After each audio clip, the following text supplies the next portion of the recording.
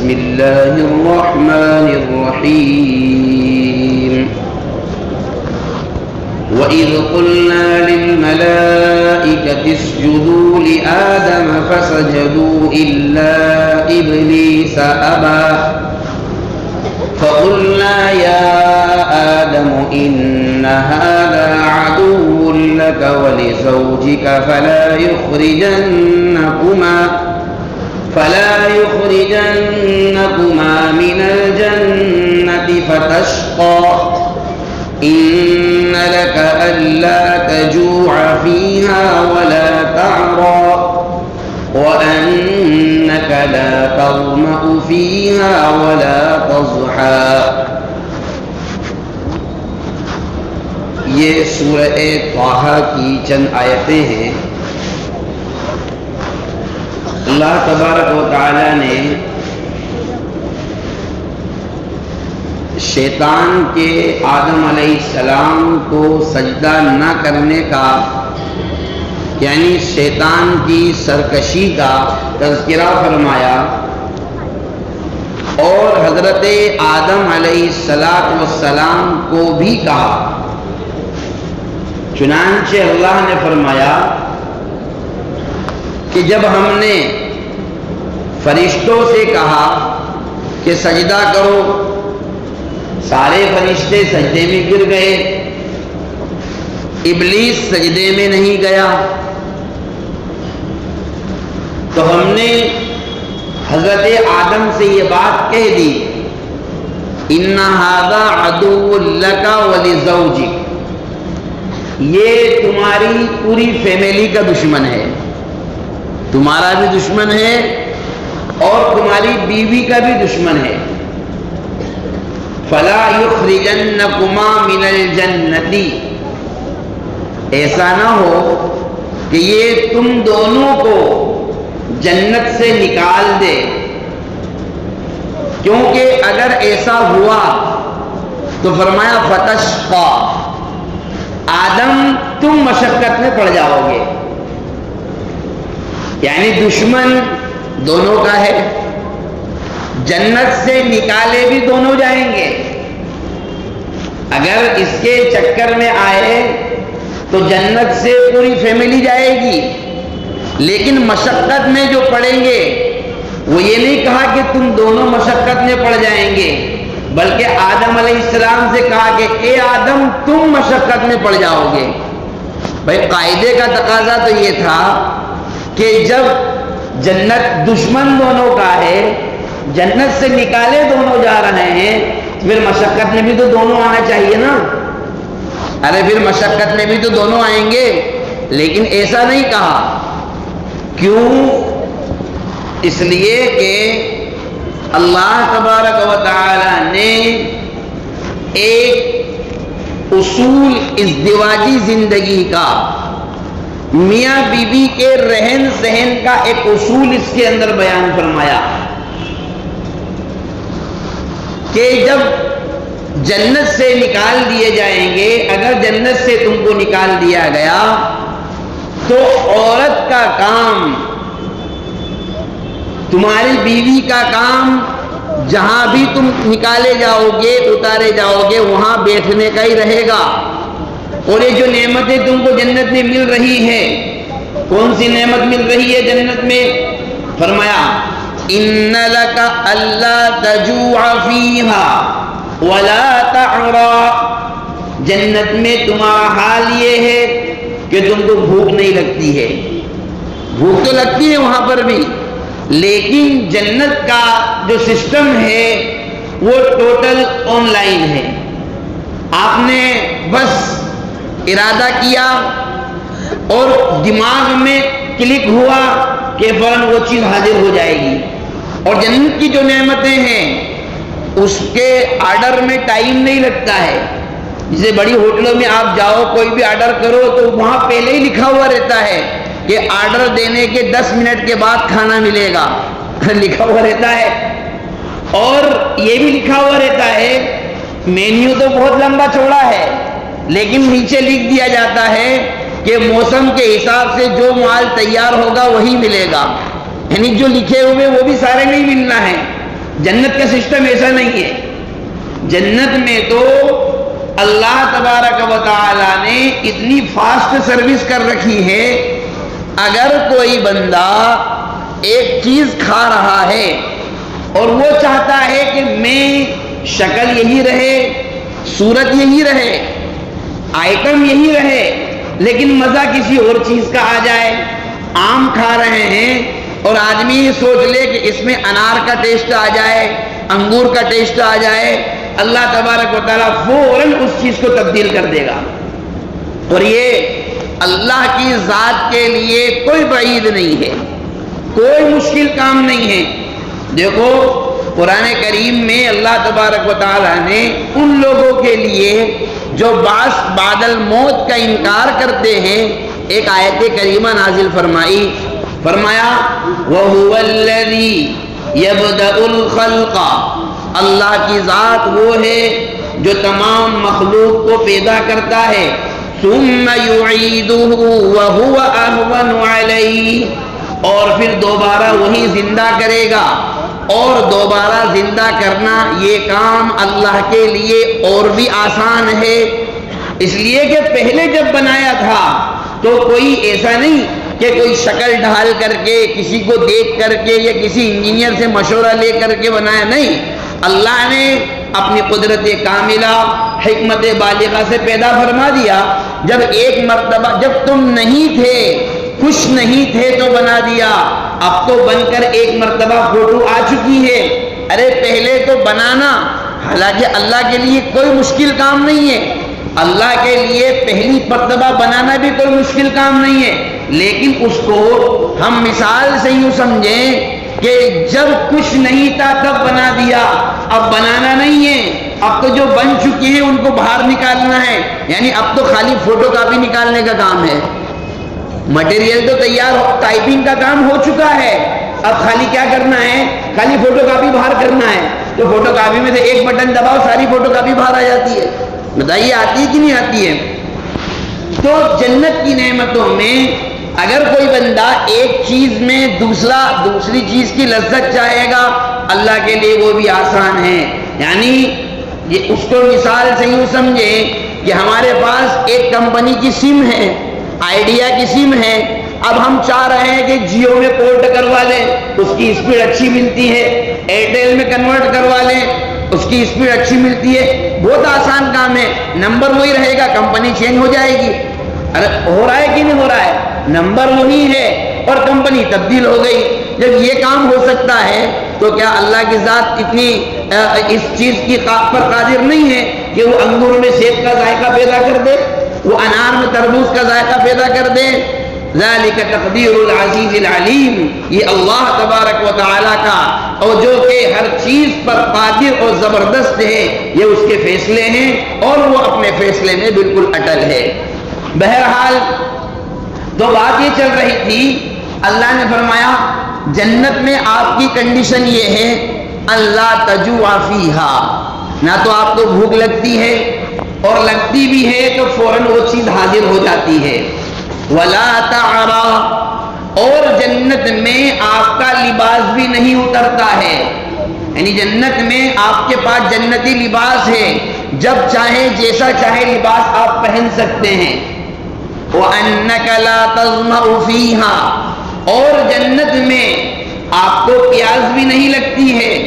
یعنی پیاس اگر لگتی بھی ہے تو فوراً جنت کی نعمتیں، وہ تسنیم ہو کہ سلسبیل ہو، وہ ساری نہریں آپ کے سامنے سے بہہ رہی ہیں، فوراً آپ کے لیے حاضر کر دی جاتی ہیں. وَلَا تَضْحَىٰ، اور جنت میں آپ کو دھوپ بھی نہیں لگتی ہے، گرمی بھی نہیں لگتی ہے. لیکن آدم دنیا میں اگر چلے گئے، جنت سے نکال دیے گئے، تو یہ ساری چیزیں ضرورت کی ہے. کھانے کی بھی ضرورت پڑے گی، پانی کی بھی ضرورت پڑے گی، کپڑے کی بھی ضرورت پڑے گی، اور دھوپ سے بچنے کے لیے مکان کی بھی ضرورت پڑے گی. اور یہ چاروں کے چاروں کام کی محنت اور مشقت کرنا، یہ آدم تمہارا کام ہے، عورت کا کام نہیں ہے.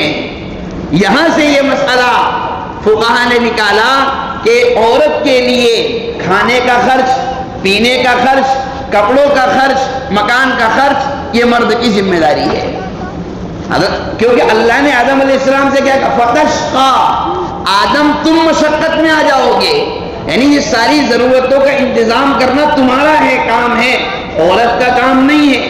یہیں سے یہ مسئلہ بھی سمجھ میں آ جائے گا کہ اللہ تبارک و تعالیٰ نے مردوں کے لیے میراث میں ڈبل حصہ رکھا ہے، عورتوں کے لیے آدھا حصہ رکھا ہے، یعنی بھائی کا حصہ 2 گنا ہے، بہن کا حصہ 1 گنا ہے۔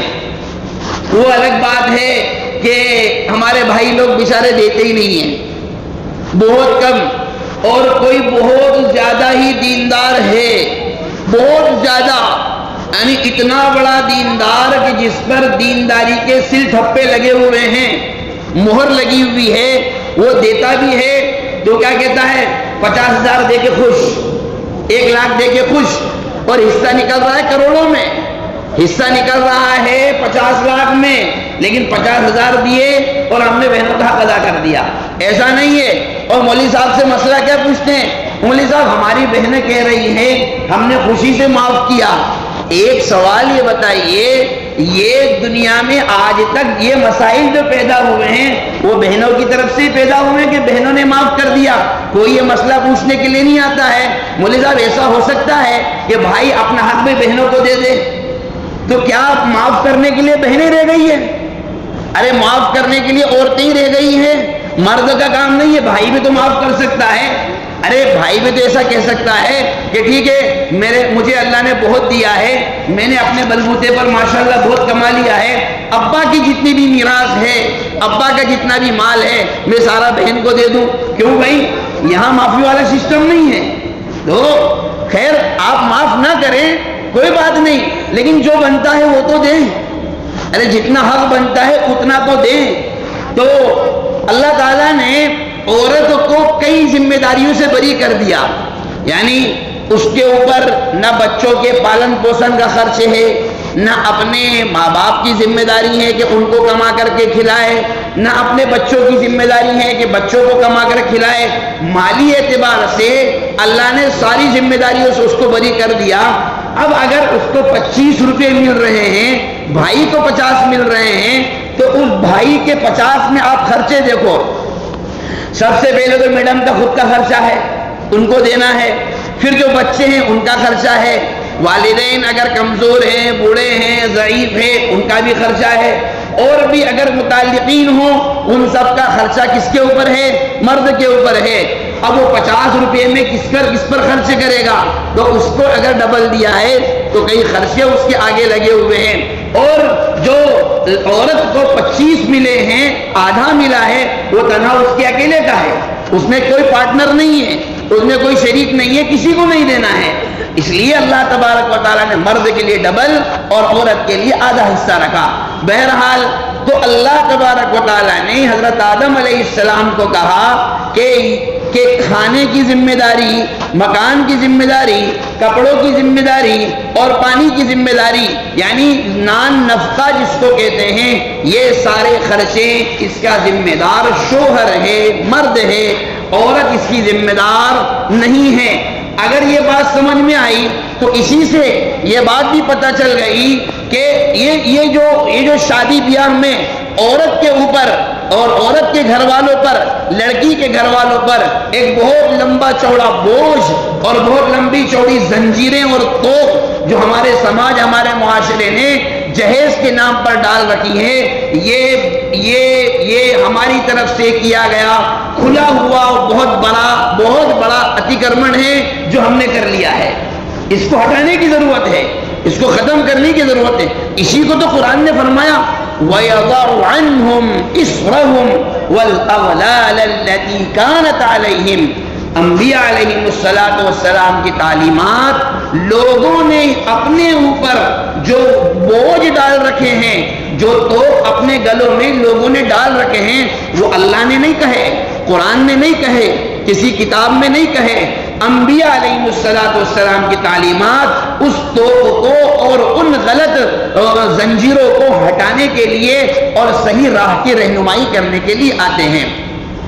اچھا، اس کے علاوہ مرد جو کرتے ہیں عورت کی دیگر ضروریات کے لیے، یعنی موقع پر کپڑے سلانا، اچھے اچھے کھانے کھلانا، گھر میں اور بہت ساری چیزیں شوقیہ لے کر کے آنا، یہ مرد کی ذمہ داری نہیں ہے، یہ مرد کی طرف سے تبرع اور مرد کی طرف سے عورت پر احسان ہے۔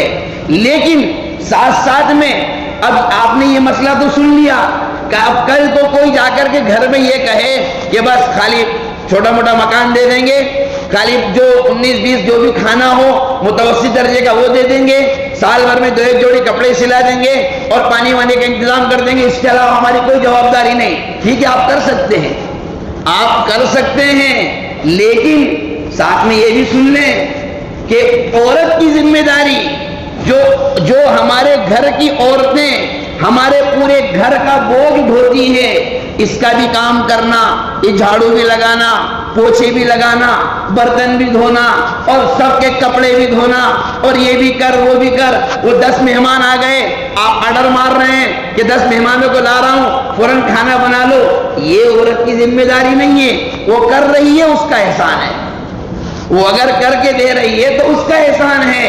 معلوم یہ ہوا کہ میاں بیوی کا جو رشتہ ہے وہ جتنا زیادہ، جتنا ضابطوں سے چلتا ہے، جتنا قانون سے چلتا ہے، اتنا ہی زیادہ، جتنے اس میں ضابطے ہیں اتنے ہی اس میں رابطے بھی ہیں۔ رابطے کے معنی آتے ہیں جوڑ رکھنا، ایک دوسرے سے میل جوڑ رکھنا۔ تو بھائی کچھ احسان اگر آپ کر رہے ہیں تو کچھ احسانات ادھر سے بھی تو آ رہے ہیں۔ اگر ایک دن ڈیرنگ کر لے، ایک دن دادا گیری سے کہہ دے کہ نہیں بنانا مہمانوں کا کھانا، پتہ چل جائے گا اس دن مہمان نوازی کیا ہوتی ہے۔ اور جو یہ جتنے بھی سب جو ڈینگے مارتے پھرتے ہیں کہ اپنا ایسا ہے ویسا ہے، تیرے بھائی میں یہ دم ہے تو بھائی کا دم سامنے آ جائے گا، بھائی کا پورا دم اس دن سامنے آ جائے گا۔ اس لیے اللہ تبارک و تعالیٰ نے یہ رشتہ ازدواج جو ہے یہ ایک محبت کا اور اچھی معاشرت کے لیے، اچھی بہترین زندگی گزارنے کے لیے اللہ تبارک و تعالیٰ نے اس رشتے کو پیدا فرمایا ہے۔ جو 19-20 کا جہاں تک کہ مسئلہ ہے تو بھائی تھوڑی بہت تو میں تو کہا نہیں ہوتی ہے۔ وہی پرانی بات مجھے یاد آ گئی کہ اگر کوئی شخص یہ کہے کہ ہمارے درمیان تو کبھی 19-20 ہوتا ہی نہیں ہے، ہمارے درمیان تو کبھی تو میں ہوتا ہی نہیں ہے، جو شخص یہ کہے کہ ہم میاں بیوی میں کبھی کچھ نہیں ہوتا ہے، بس سمجھ جاؤ کہ دونوں میں سے ایک پاگل ہے۔ اگر ایسا ہے تو سمجھ جاؤ دونوں میں سے ایک پاگل ہے، کیونکہ یہ ہو ہی نہیں سکتا، یہ نہیں ہو سکتا۔ اور اس کی وجہ ہے کیوں نہیں ہو سکتا، اللہ نے اس رشتے میں مٹھاس ہی ایسی ڈالی ہے کہ اس مٹھاس کا مزہ بغیر نمک ڈالے ہوئے آ ہی نہیں سکتا ہے۔ یہ اللہ کی طرف سے نظام ہے، یہ اللہ کی طرف سے دیا ہوا رشتہ ہے، یہ اللہ کی طرف سے بنایا ہوا رشتہ ہے۔ اسی لیے حضرت جناب رسول اللہ صلی اللہ علیہ وسلم اپنے بارے میں کیا فرماتے ہیں؟ میں بہت بہترین اپنے گھریلو میٹر حل کرنے والا ہوں، میں اپنے گھر میں بہت اچھی طریقے سے رہنے والا ہوں۔ بہرحال قرآن کریم کی ان آیات میں اللہ تبارک و تعالیٰ نے حضرت موسیٰ علیہ السلام کو ان باتوں کی طرف اشارہ کر کے مردوں کو یہ تعلیم دی ہے کہ کمائی کا کام وہ خود کریں، عورتوں کو کمانے کے لیے مجبور نہ کریں، عورتوں کو کمائی پر مجبور نہ کریں۔ انہیں بعض گھرانوں میں کیا ہوتا ہے، مرد ہو جاتے ہیں مٹھے، مٹھا کہتے ہیں جو کوئی کام کا نہ ہو۔ بعض لوگ بتاتے ہیں کہ مٹھا چھاچھ کو بولتے ہیں۔ اگر یہ بات صحیح ہے تو واقعتاً اس کو مٹھا اسی لیے بولتے ہیں کہ گاؤں دیہاتوں میں وہ پھینکنے کے کام آتی ہے، کوئی کام نہیں آتی ہے۔ ہاں شہروں میں اگر آ جاتی ہے تو وہ 10 روپے کلو بکتی ہے۔ معلوم ہوا کہ اگر مٹھا آدمی کام ڈھونڈنے کے لیے شہر میں جائے گا تو اس کو کچھ نہ کچھ کام دھندہ مل جائے گا، وہ اگر شہر میں آئے گا تو کچھ نہ کچھ کام اس کو بھی مل جائے گا۔ تو اللہ تبارک و تعالیٰ نے کمائی کی ذمہ داری مردوں کو دی ہے کہ آپ اپنے گھریلو انتظامات آپ خود کریں، اپنی بیوی کے لیے، اپنے بچوں کے لیے، ان کے لیے روزی روٹی کا انتظام خود کریں، اپنے گھر والوں کو اور عورتوں کو، خواتین کو اس پر مجبور نہ کریں۔ اس میں ان کی عزت کا خطرہ ہے، بے پردگی کا خطرہ ہے، عفت کا خطرہ ہے، پاک دامنی کا خطرہ ہے، اور کئی خطرات ہیں کئی خطرات ہیں. اللہ ہم سب کی حفاظت فرمائے. اللہ ہمارے معاشرے کو صحیح سمجھ عطا فرمائے. کہنے سننے زیادہ اللہ ہم سب کو عمل کی توفیق عطا فرمائے. بھائی ایک اعلان سنیں.